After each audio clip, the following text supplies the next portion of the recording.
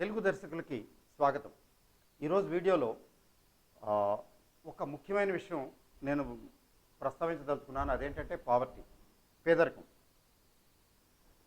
పేదరికం అంటే ఏంటో అందరికీ తెలుసు. అది ఎందుకు వస్తుంది?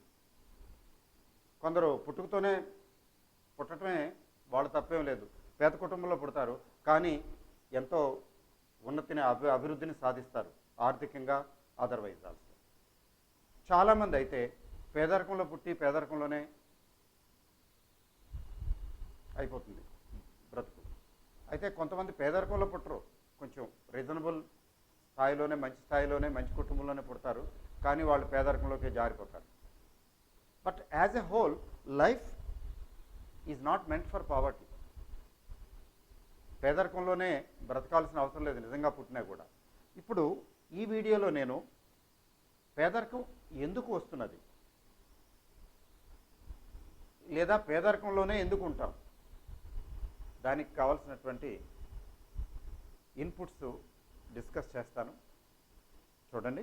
First look at this. Poverty is a mental illness. ఇది ఒక గొప్ప మానసిక శాస్త్రవేత్త, ఫిలాసఫరు. ఆయన పేరు డాక్టర్ జోసెఫ్ మర్ఫీ. ఈ డాక్టర్ జోసెఫ్ మర్ఫీ గారు ఒక పుస్తకం రాశారు, the power of subconscious mind అని. అందులో చెప్తారు ఆయన, poverty is a mental illness అని. మెంటల్ ఇల్నెస్ అంటే పేదరికం అనేది ఒక మానసిక అనారోగ్యం లేదా మానసిక రోగం, మైండ్కి సంబంధించింది. అంటే ఎవరి మైండ్ అయితే సరిగ్గా లేదో వాళ్ళు పేదవాళ్ళు పేదరికంలోనే బతుకుతారు లేదా పేదరికం తెచ్చిపెట్టుకుంటారు. సో అది విషయం. అంటే ఏంటి, ఎందుకు, ఎలా తెచ్చిపెట్టుకుంటారు? ఎస్, కొన్ని కారణాలు చూద్దాం.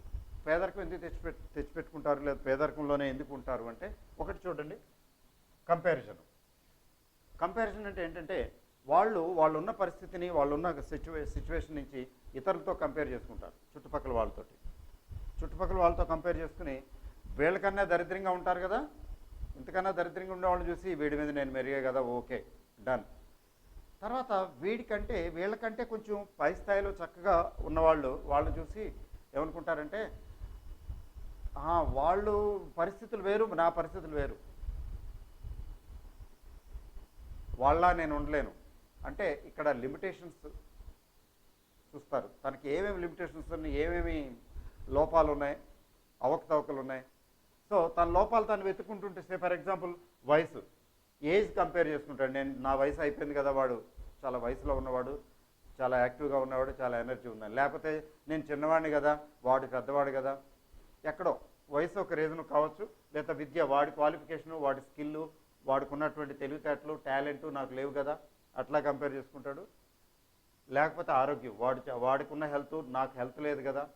కొంతమందికి హెల్త్, కొంతమందికి ఆస్తి, వాడికున్న ఆస్తులు ఉన్నాయి, వాడికి వనరులు ఉన్నాయి, వాడికి సపోర్ట్ ఉంది, లేకపోతే వాడి ఫ్యామిలీ ఇది బ్యాక్గ్రౌండ్ ఉంది, లేదా వాడికి మంచి గైడెన్స్ ఉంది, సపోర్ట్ ఉంది. ఇట్లా రకరకాల కారణాలు, మంచి ఫ్యామిలీ, ఇంకా ఏవేవో రీజన్స్, ఇవి ఊరికే చెప్తున్నాను సుమారుగా.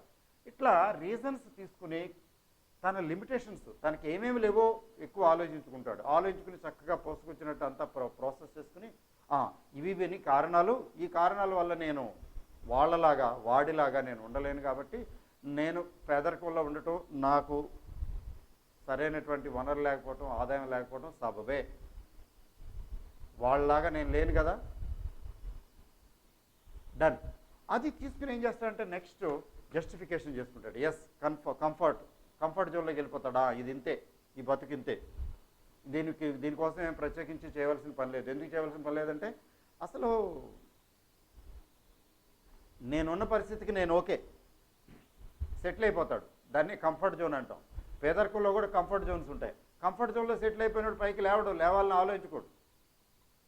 జస్టిఫికేషన్ ఎప్పుడైతే మనం జస్టిఫికేషన్ చేసుకుంటామో, దానికి రెమెడీ గురించి ఆలోచించాం. ఈ పేదరికంలో మగ్గుతున్న ప్రతి వ్యక్తి చేస్తున్న పని ఇదే. పేదరికంలోనే ఎందుకు ఉండిపోతున్నాడు, లేదా పేదరికంలోకి ఎందుకు వెళ్ళిపోతున్నాడు అంటే, తన థాట్ ప్రాసెస్ ద్వారా తనకున్న పరిస్థితుల లిమిటేషన్స్ చూసుకుని జస్టిఫికేషన్ చేసుకుంటున్నాడు, అంతే. ఎప్పుడైతే జస్టిఫికేషన్ చేసుకుంటాడో, ఇక్కడ చూడండి, ఇది కాన్షియస్ మైండ్. మన మైండ్లో మనం ఆలోచించుకునే ఆ థాట్ ప్రాసెస్ అంతా కాన్షియస్ మైండ్లోకి రికార్డ్ అవుతున్నది. ఈ రికార్డ్ అయింది ఏమవుతుందంటే సబ్ కాన్షియస్ మైండ్.